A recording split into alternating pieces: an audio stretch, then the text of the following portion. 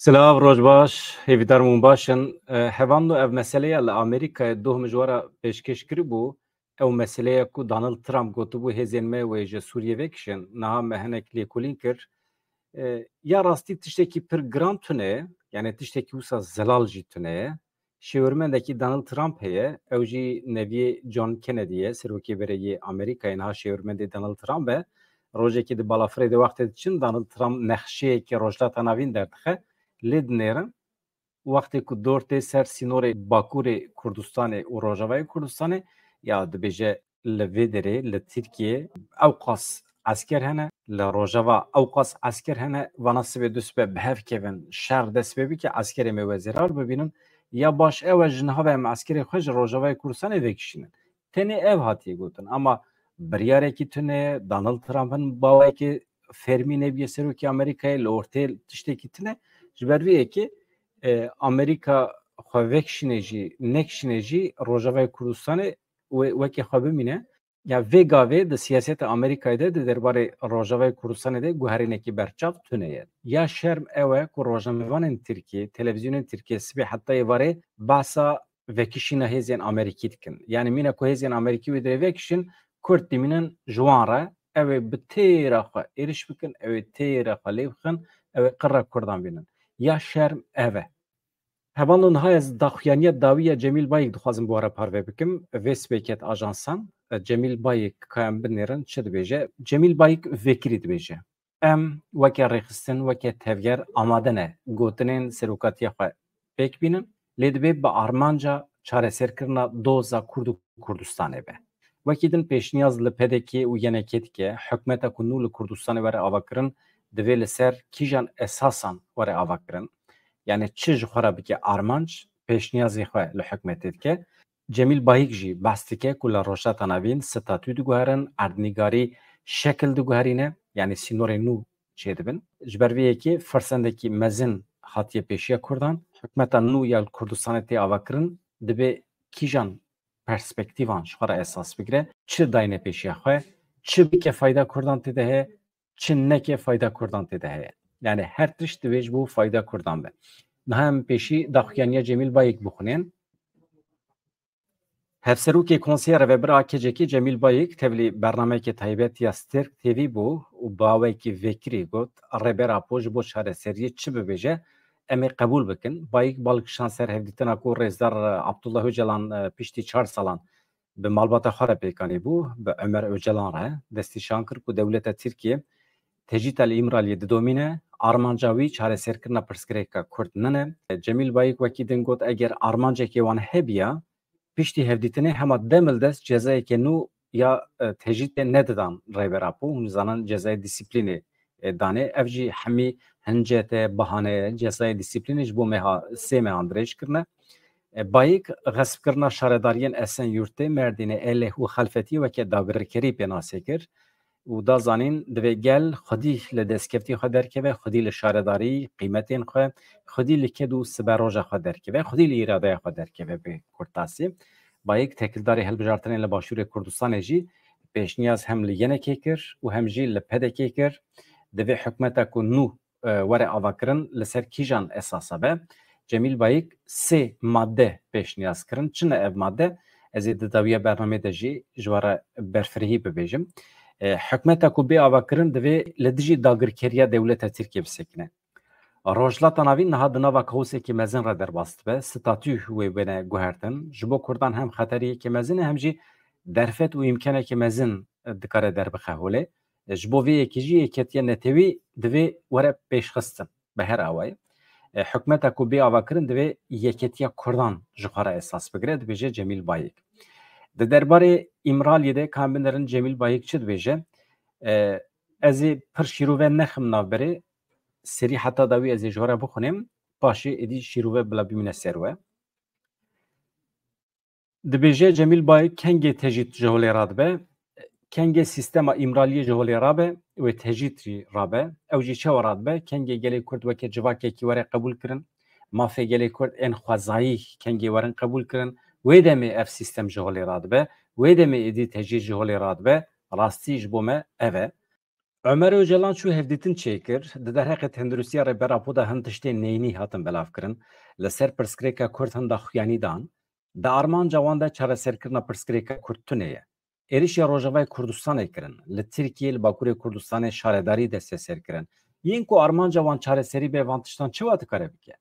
Pêşketinên li rojhilata navîn li Tirkiye krîzekî çêkiriye. Dewleta Tirkiye dixwaze xwe ji vê krîzê derbixe, dixwaze bifilite. Lê bi kîjan şeklî wê bikin ev ne zelal e. Axaftin cuda ye, pratik cuda ye. Wexta ku axaftin û pratik hev temam nekin, kes nikare navekî lê bike.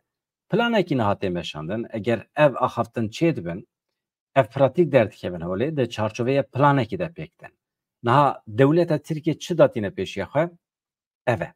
Eger karibe tevgera PKK tasfiye bike, qirkirina li ser gelê Kurd temam bike, eger karibe siyaseta Osmaniyan û bimeşîne, ev daniye pêşiya xwe.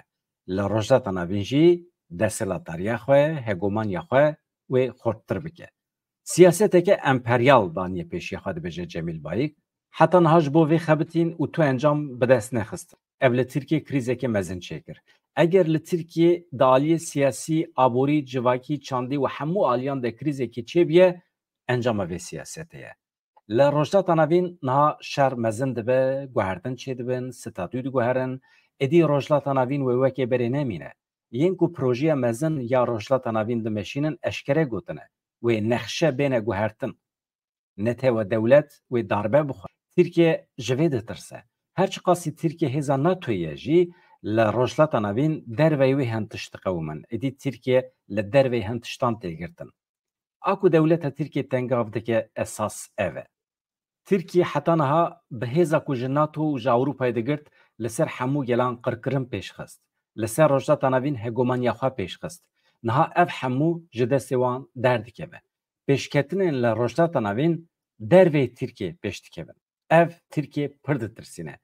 Eger di vir de alîkariya Kurdan wernegirin wê darbe bixwin, yanî dixwazin carekê din her kesî bixapînin. Lîstikan dikin. Ji xwe lîstikê wan di pratika wan de derdikeve holê. Niha tiştên ku rêbartiya me û me gotiye tiştên nenûne. Me bi salamberê ev tişt gotine. Dema ku Rêberapo li Akademiya Mahsûm Korkmaz bû, wê demê Mehmet Alî bîran hat hevpeyvînekî pêra çêkir, wê demê Rêberapo çi got? Got ez li muxatabekî digerim. Ji wê demê heta niha Rêberapo bi eşkereyî dixwaze pirsgirêka Kurd bi rêyên siyasî çareser bike. Bi rêyên demokratîk çareser bike.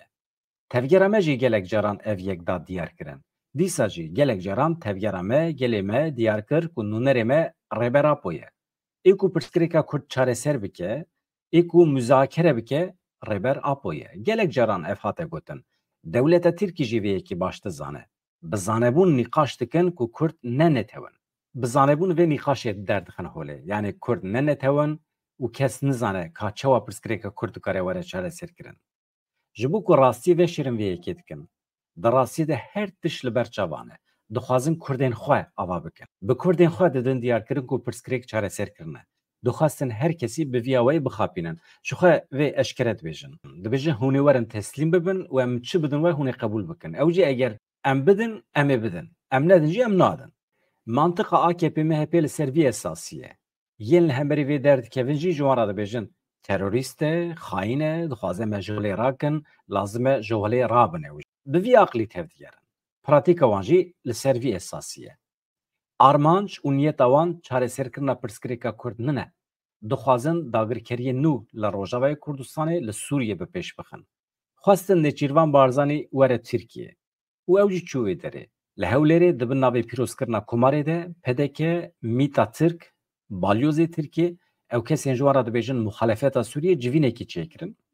Ev civîn ji bo çi hate çêkirin? Armanca wan çi bû? Sudanî çû Tirkiye. Tirkiye êrişê Rojavayê Kurdistanê û Şengalê kir piştî wî. Hakan Fidan diçe Londonê. Dema ku mirov wan hemiyan tîne bahev, dibîne ku planekî tê pêşxistin. Herkes dizane ku İngiltere li rojhilata navîn li Kurdistanê li herêmê hêza esas e, siyaseta esasî ew dimeşîne. Berê jî Doğan Güreş çûbû İngiltere, digotin ji bo me lamba kesk vêxistine, piştî wî jî li Kurdistanê gund hatin şewitandin, mirov hatin qetilkirin, îşkence girtin, gelek tiş pêşxistin. Niha jî li rojhilata navîn bi pêşengiya dewletên Yekbûyîn Amerîkayê, bi pêşengiya İngiltere û İsraîlê projeyek tê pêşxistin. Ji bo wê diçe İngiltere. Dixwaze qadê navnetewî carekê din bikişînin aliyê xwe. Dixwazin ji bo êrişê li ser Rojavayê Kurdistanê destûrê werbigirin. Îro li ser Sûriyê kî disekine? Yek jî Tirkiyeyê, êdin jî İsraîlê. Niha Amerîka bi İsraîlê re tev digere. İran gelekî derbexwar. Kî dimîne? İsraîl dimîne, Tirkiye dimîne. Li civîna Netanyahû berê Erdogan nexşeyekê diyar kir û vê dawiyê Netanyahu nexşeyekê diyar kir. Siyaseta emperyal yek jî İsraîl dimeşîne, adin jî Tirkiye dimeşîne. Ev jî li ber çavan e. Herkes dibîne. Lazim e gelê me yê Rojavayê Kurdistanê, gelê me Şengalê vê yekê bibînin. Talûkê li ber çavan e. Ji bo yeketiya xwe divê bixebitin, xurt bikin, parastina xwe ya rewa xurt bikin, xwe bi pêş bixin, hêza xwe ya leşkerî xurt bikin, karibin xwe li hember dagirkeriyê biparêzin. Ya ku ji Rojavayê Kurdistanê ji Şengalê tê xwestin, ev e. Ji Cemîl Bayîk tê pirsîn ji bo pirsgirêka Kurd li Tirkiye çareser bibe, nexşareyekê çawa lazim e?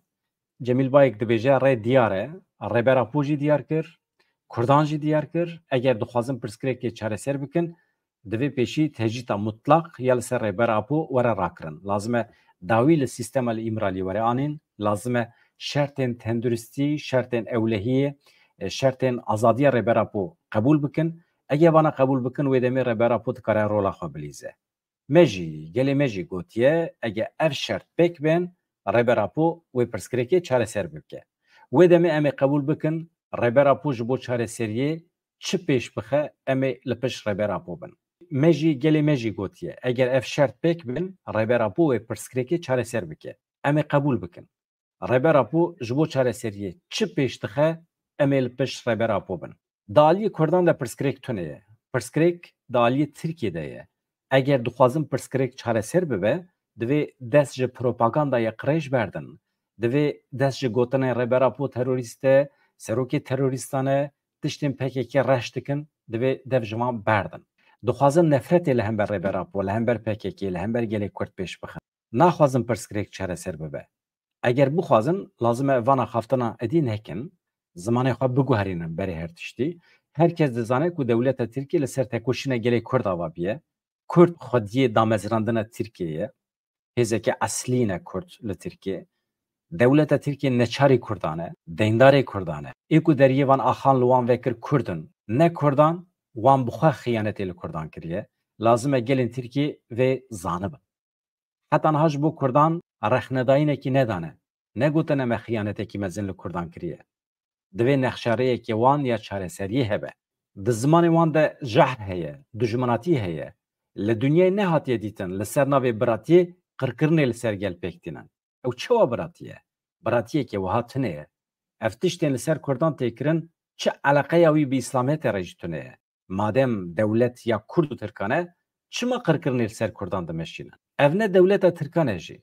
Dewleta hinek Tirkan e. Lazim e gelê Kurd bi axaftinên ku têne pêşxistin xwe nexapîne. Li pêşa roja xwe, tekoşîna xwe xwedî derkeve.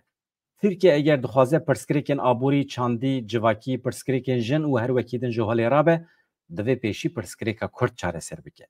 Ji bo vê jî divê bixebitin. Bi daxuyanî, bi axaftina tenê ev mesele nabe. Pêşniyazا min divê li Tirkiye komîteyek were çêkirin. Ev komîte daxuyaniya xwe ji bo çareseriyê bi pêş bixe. Bêtir di nava civaka Tirkiye de xebatê bimeşîne. Ji xwe civaka Kurd amade ye, lazim e civaka Tirkiye jî were amade kirin.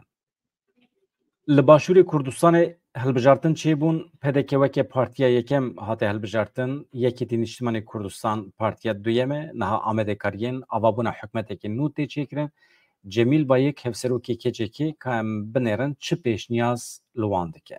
Cemîl Bayîk dibêje yên ku dixwazin hikûmetekê nû çêbibe, divê pêşî li dijî hevkariya bi dijmin re bisekin. Ya din jî li dijî dagirkeriya Tirk bisekin. Ya sêyemî jî niha rojhilata navîn di nava kaosekî de ye. Wê statû bêne diyar kirin. Ev ji bo Kurdan hem derfet îmkanekî çêdike, hem jî xeteriyekî çêdike.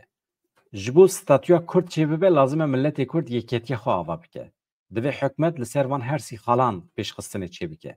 Eger hikûmeta nû li ser van xalan pêş bikeve, ne tenê ji bo Başûrê Kurdistanê dikare ji bo hemû Kurdan xizmetê bike. Daxuyaniya Cemîl Bayîk ew qase çi dikin bikin bela bêdewî be. Dem baş, silav.